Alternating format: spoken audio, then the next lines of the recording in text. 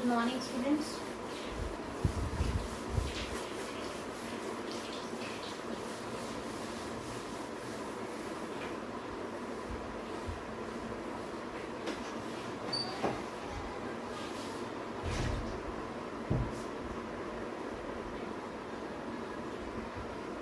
Good morning students. आज का हम टॉपिक स्टार्ट करते हैं. A new property that is electronegativity.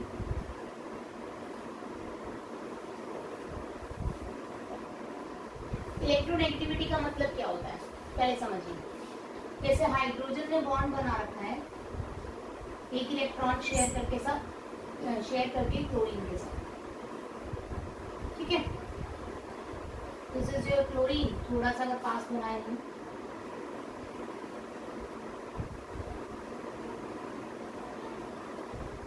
इस तरह से शेयरिंग से बॉन्ड बना है. आपको ये बात अच्छे से पता है, आप पढ़ के आए हैं 10th क्लास में. और इस टाइप के बॉन्ड्स को हम बोलते हैं कोवेलेंट बॉन्डिंग या कोवेलेंट बॉन्ड, है ना. तो इलेक्ट्रोनेगेटिविटी क्या है बेटा? देखो, हाइड्रोजन का अपना एक इलेक्ट्रॉन क्लाउड है. अगर मैं राउंडली दिखा दूँ आपको, इस तरह से देख लीजिए, है ना. दैट इज इसका क्या है? अपना एक इलेक्ट्रॉन क्लाउड. इसी तरह से क्लोरीन का भी अपना एक इलेक्ट्रॉन क्लाउड है.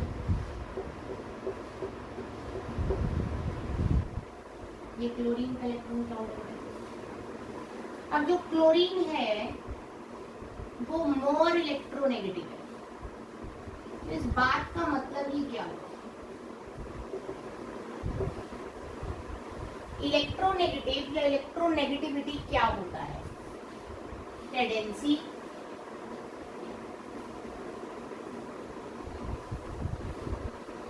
To attract shared pair of electron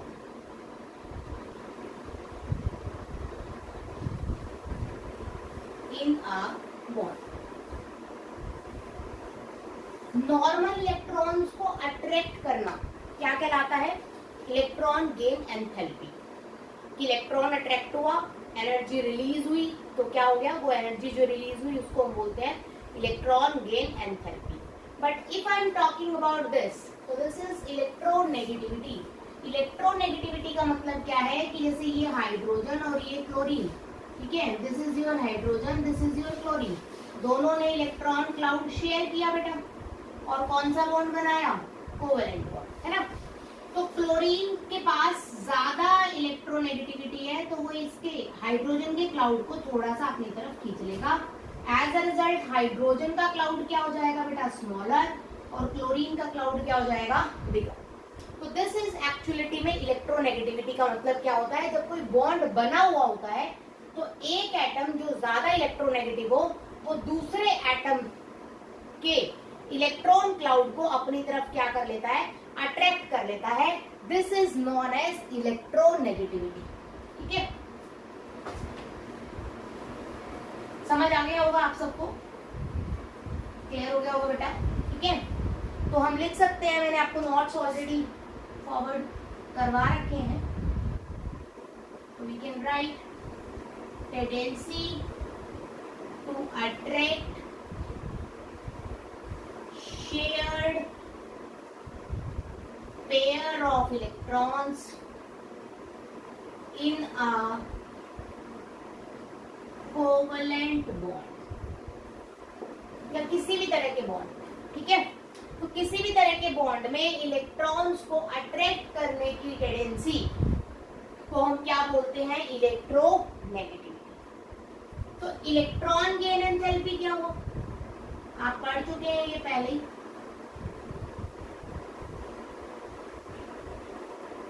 electron gain enthalpy और इलेक्ट्रोनेगेटिविटी में फर्क क्या है? ये बेटा शेयर्ड पेयर ऑफ इलेक्ट्रॉन को क्या करेगा? अट्रैक्ट करेगा, सिर्फ अट्रैक्ट करेगा उसके इलेक्ट्रॉन क्लाउड को. और ये क्या करता है बेटा? गेन करता है इलेक्ट्रॉन फ्रॉम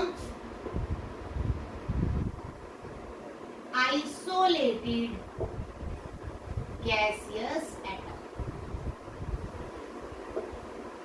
जैसे इसमें बेटा HCl में क्लोरीन अट्रैक्ट कर रहा है क्योंकि ज्यादा इलेक्ट्रोनेगेटिव है, तो क्लोरीन हाइड्रोजन के इलेक्ट्रॉन्स को भी क्या कर लेगा, अट्रैक्ट कर लेगा।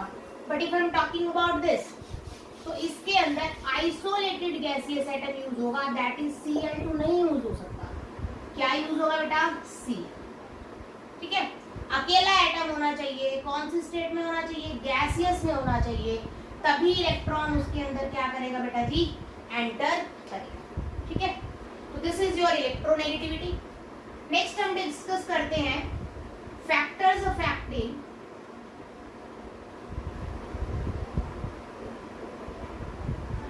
Electronegativity.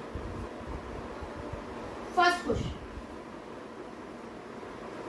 Z effective, that is effective nuclear charge. बेटा इफेक्टिव न्यूक्लियर चार्ज अगर ज्यादा है तो नंबर ऑफ प्रोटॉन्स भी क्या होंगे, ज्यादा। ठीक है, तो this is your hydrogen, this is your chlorine. यहां पर इलेक्ट्रॉन्स कितने हैं, 1, तो प्रोटॉन भी कितने हैं, 1। यहाँ इलेक्ट्रॉन कितने हैं बेटा, बाहर वाले की बात कर रहे हैं, 7, तो प्रोटॉन भी कितने हैं, 7। 7 प्रोटॉन ज्यादा है या 1 प्रोटॉन, ऑब्वियसली बात है 7 प्रोटॉन्स आर मोर। तो 7 प्रोटॉन्स अट्रैक्ट करेंगे बेटा जी क्या, आपके इसके 1 इलेक्ट्रॉन को, as a result electron cloud कुछ ऐसा हो जाएगा। हाइड्रोजन का छोटा हो गया बेटा, क्लोरीन का।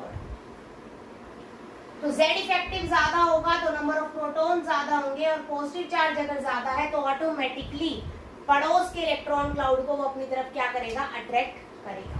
तो if Z effective is more तो इलेक्ट्रॉन नेगेटिविटी भी क्या होती है, ज्यादा होती है। तो Z effective is directly proportional to electronegative. First point आपको क्लियर हो गया होगा। ठीक है, दूसरी बात करते हैं बेटा एटॉमिक साइज। एटॉमिक साइज की अगर मैं बात करूं, बहुत इजी है राजे, ये साइज ले लिया आपने और एक ले लिया। बेटा अट्रैक्ट कौन कर रहा है, पॉजिटिव चार्ज जो कि न्यूक्लियस पे होता है वही अट्रैक्ट करता है, चाहे वो बाहर से आने वाला इलेक्ट्रॉन हो या फिर शेयर्ड इलेक्ट्रॉन क्लाउड।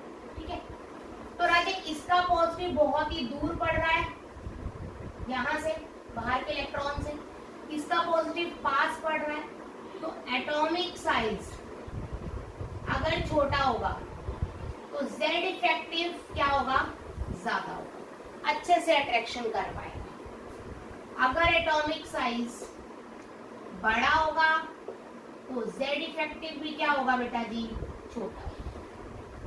ठीक है, क्लियर है मेरी बात। तो सिंपल सी बात है, Z इफेक्टिव ज्यादा होगा तो इलेक्ट्रोनेगेटिविटी भी क्या होगी, ज्यादा होगी। बिल्कुल करेक्ट है। Z इफेक्टिव कम तो इलेक्ट्रोनेगेटिविटी भी क्या होगी, कम। तो यहां से मैं लिख सकती हूँ कि atomic size is inversely proportional to electronegativity. Second. Third में बात करूं बेटा half filled and fully filled configuration.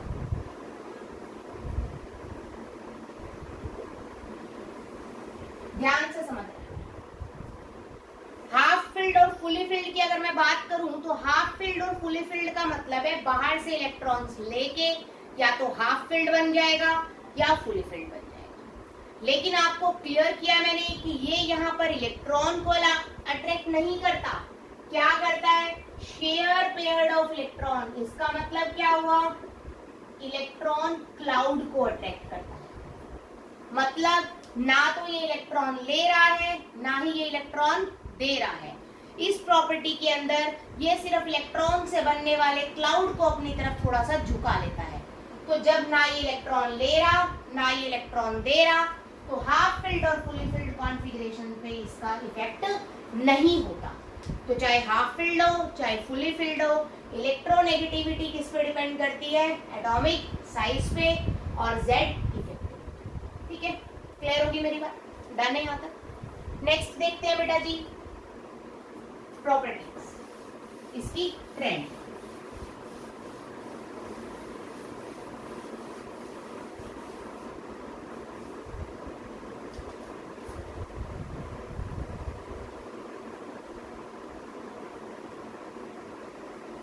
Period के ट्रेंड की अगर मैं बात करूं बेटा जी, तो सिंपल सी बात है,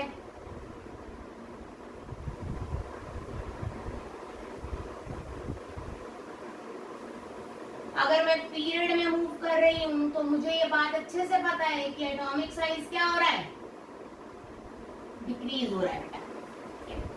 एटॉमिक साइज क्या हो रहा है बेटा, डिक्रीज हो रहा है। तो अगर एटॉमिक साइज डिक्रीज हो रहा है, तो एटॉमिक साइज अगर छोटा होगा तो इलेक्ट्रोनेगेटिविटी क्या होगी, ज्यादा होगी बेटा। तो एटॉमिक साइज आपका डिक्रीज कर रहा है, डन। इसकी वजह से Z इफेक्टिव की वैल्यू क्या कर रही है बेटा जी, इंक्रीज कर रही है, करेक्ट। तो अट्रैक्शन क्या होगी, फोर्स ऑफ अट्रैक्शन क्या होगा, ज्यादा, और अट्रैक्टिव फोर्स ज्यादा होगी तो सिंपल सी बात है इलेक्ट्रोनेगेटिविटी भी क्या होगी, ज्यादा। तो पीरियड में मूव करने पर अलोंग पीरियड इलेक्ट्रोनेगेटिविटी क्या करती है बेटा जी, इंक्रीज। लेकिन अगर मैं यहाँ बात करूं नियॉन की, तो इसकी इलेक्ट्रोनेगेटिविटी की वैल्यू होती है 0। मतलब सभी नोबल गैसेस की इलेक्ट्रोनेगेटिविटी वैल्यू क्या होती है, 0। क्यों, क्योंकि बेटा इसके पास है NH2NP6 configuration, fully filled configuration है, तो इसका कोई फर्क नहीं पड़ेगा। ये तो यही बता दिया मैंने आपको। तो फिर ये क्यों नहीं अट्रैक्ट करता, सिंपल सी बात है, क्योंकि ये बॉन्ड ही नहीं बनाता। Simple, does not involve bonding. तो अगर जो बच्चे लिखते हैं कि नियॉन की या किसी भी नोबल गैस की कॉन्फ़िगरेशन क्या है, फुली फिल्ड है, और इसी रीजन की वजह से वो अपनी इलेक्ट्रोनेगेटिविटी को 0 रखता है, तो इसका मतलब गलत है, ठीक है। तो ये गलत होगा। इलेक्ट्रोनेगेटिविटी नियॉन की या किसी भी नोबल गैस की 0 इसलिए होती है क्योंकि वो बॉन्डिंग इन्वॉल्व नहीं करते, मतलब वो बॉन्ड फॉर्मेशंस नहीं करते हैं, ठीक है। क्लियर होगी मेरी बात। नेक्स्ट हम बात करते हैं वेरिएशन इन ग्रुप।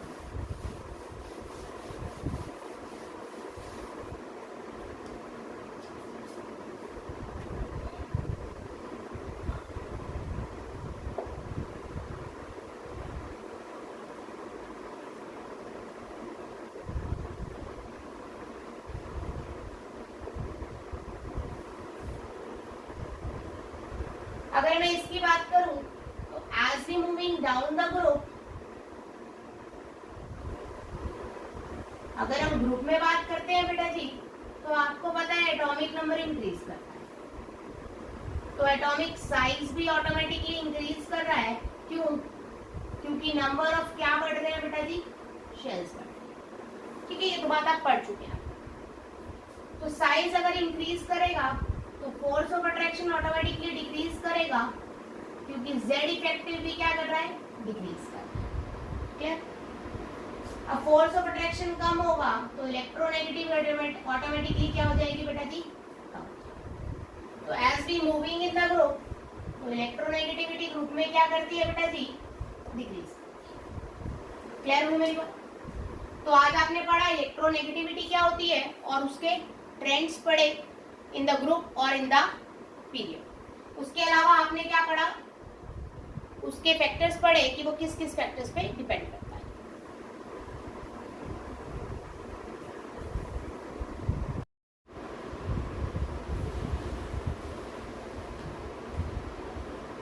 आगे देखते हैं, थोड़ा सा कॉम्पिटिटिव टच लेते हैं इलेक्ट्रोनेगेटिविटी के लिए, ठीक है। फैक्टर्स में मैंने आपको 3 फैक्टर्स अब तक बताए हैं। कौन कौन से फैक्टर्स आपने किए बेटा, atomic size,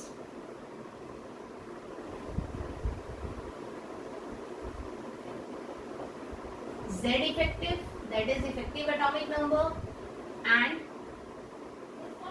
half filled, fully filled configuration, ठीक है। इसके अलावा एक दो फैक्टर्स ऐसे हैं राजे जो आपको कंपटीशन के लिए बहुत जरूरी है, आपको पता होना चाहिए, क्योंकि कई बार आपको मॉलिक्यूल दे देगा तो आपको उसके अंदर पता लगाना थोड़ा सा डिफिकल्ट हो जाएगा। ध्यान से देखिए, next is your S character.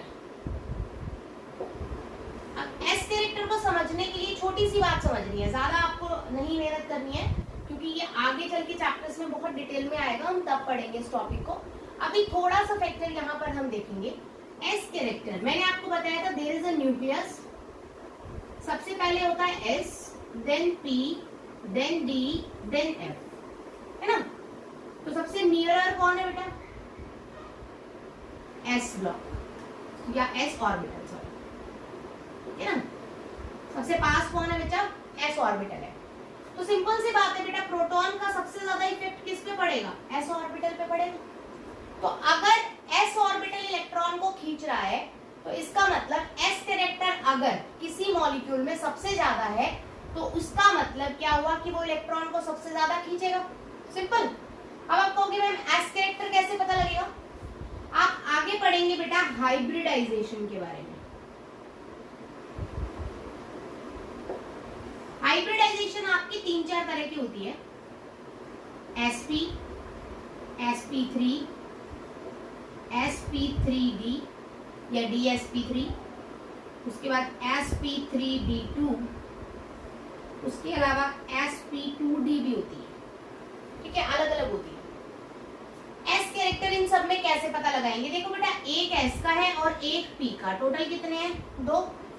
तो एस कैरेक्टर भी कितना होगा? 50%, और पी कैरेक्टर भी कितना होगा? 50%। यहाँ पर एस का एक है बेटा, 3 पी के हैं, टोटल कितने हो गए? 4। तो एस तो एक अकेला है, तो 100 डिवाइडेड बाय 4, परसेंटेज एक को कितनी मिली? 25। एस अकेला है तो एस को मिली 25।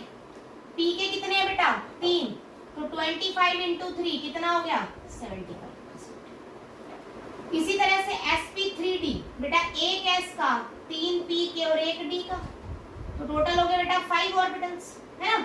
तो एक के हिस्से कितने आएगा? 20%, 100 बाय 5 दैट इज 20%।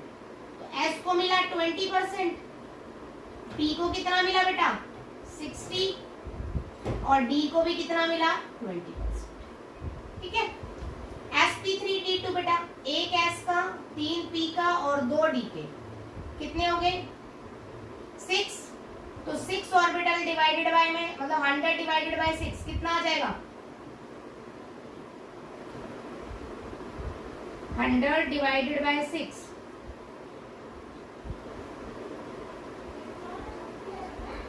लगभग 16.8। आप सिंपल ओवरऑल 17 ले लो, थोड़ा सा 17% एक का ले लो। एस अकेला है तो बेटा एस का कितना हो गया? 17%। हमें तो एस कैरेक्टर ही देखना है। sp2d, एस का एक बेटा, पी के 2, डी का एक, कितने हो गए? 4, दैट इज एस का कितना आ गया बेटा? 25%, ठीक है। तो एस परसेंटेज जिसके पास जितनी ज्यादा होगी, इसका मतलब उसके इलेक्ट्रॉन सबसे ज्यादा कहाँ प्रेजेंट है? न्यूक्लियस के पास। तो न्यूक्लियस के पास इलेक्ट्रॉन्स प्रेजेंट है, तो वो सबसे ज्यादा इलेक्ट्रॉन्स को क्या करेगा? अट्रैक्ट करने की कैपेबिलिटी रखता है। तो सबसे ज्यादा अगर इलेक्ट्रोनेगेटिविटी का मैं देखूं तो किसमें होगी बेटा? sp में, उससे कम sp, बोलो 2, उससे कम sp3, ठीक है। sp2d होता है वैसे, मतलब वैसे मैं आपको बता रही हूँ क्योंकि आपको पता नहीं है ना कौन कौन सी होती है, तो वैसे ही जनरल ले लो। sp3, उसके बाद हो जाएगी sp3d, देन sp3d, ठीक है। अब आप पूछेंगे कि मैम 25% में यहाँ पर और यहाँ पर, इन दोनों में 25% आ रहा है, विच वन इज मोर? तो सिंपल सी बात है बेटा, आपके जो मॉलिक्यूल है sp3 और sp3d, तो आप sp3 को प्रेफरेंस देंगे as compare to sp2d, okay, ठीक है। तो this is about your S character, या फिर आप कह सकते हैं हाइब्रिडाइजेशन। नेक्स्ट मैं बात करती हूँ, इसका 4th फैक्टर है बेटा oxidation state. Oxidation state, oxidation state क्या होता है? एक तरह से अभी आप सिर्फ इतना समझ लीजिए कि oxidation state is just like your charge, ठीक है। जैसे मैंने एग्जांपल लिया Fe, Fe2 positive, Fe3 positive. अब किसकी इलेक्ट्रोनेगेटिविटी सबसे ज्यादा होगी? ध्यान से समझिए बेटा, Fe के पास अपने इलेक्ट्रॉन्स है कितने 26। 2 पॉजिटिव का मतलब इलेक्ट्रॉन्स कितने हो गए 24, नंबर ऑफ इलेक्ट्रॉन्स की बात कर रही हूँ। 3 पॉजिटिव का मतलब नंबर ऑफ इलेक्ट्रॉन्स कितने हो गए बेटा 23। Very good. प्रोटॉन्स के लिए बात करूं सेम रहेंगे 26, 26, 26। अब आप समझदार है बेटा, Z इफेक्टिव सबसे ज्यादा किसका है Fe3 positive, maximum Z effective. Smallest size किसका है Fe3 पॉजिटिव। क्यों? क्योंकि cations have small size as compare to their parent atom. ठीक है, तो स्मॉलेस्ट साइज और मैक्सिमम Z इफेक्टिव दोनों ही फेवर करते हैं किस चीज को बेटा जी, हाईएस्ट इलेक्ट्रोनेगेटिविटी।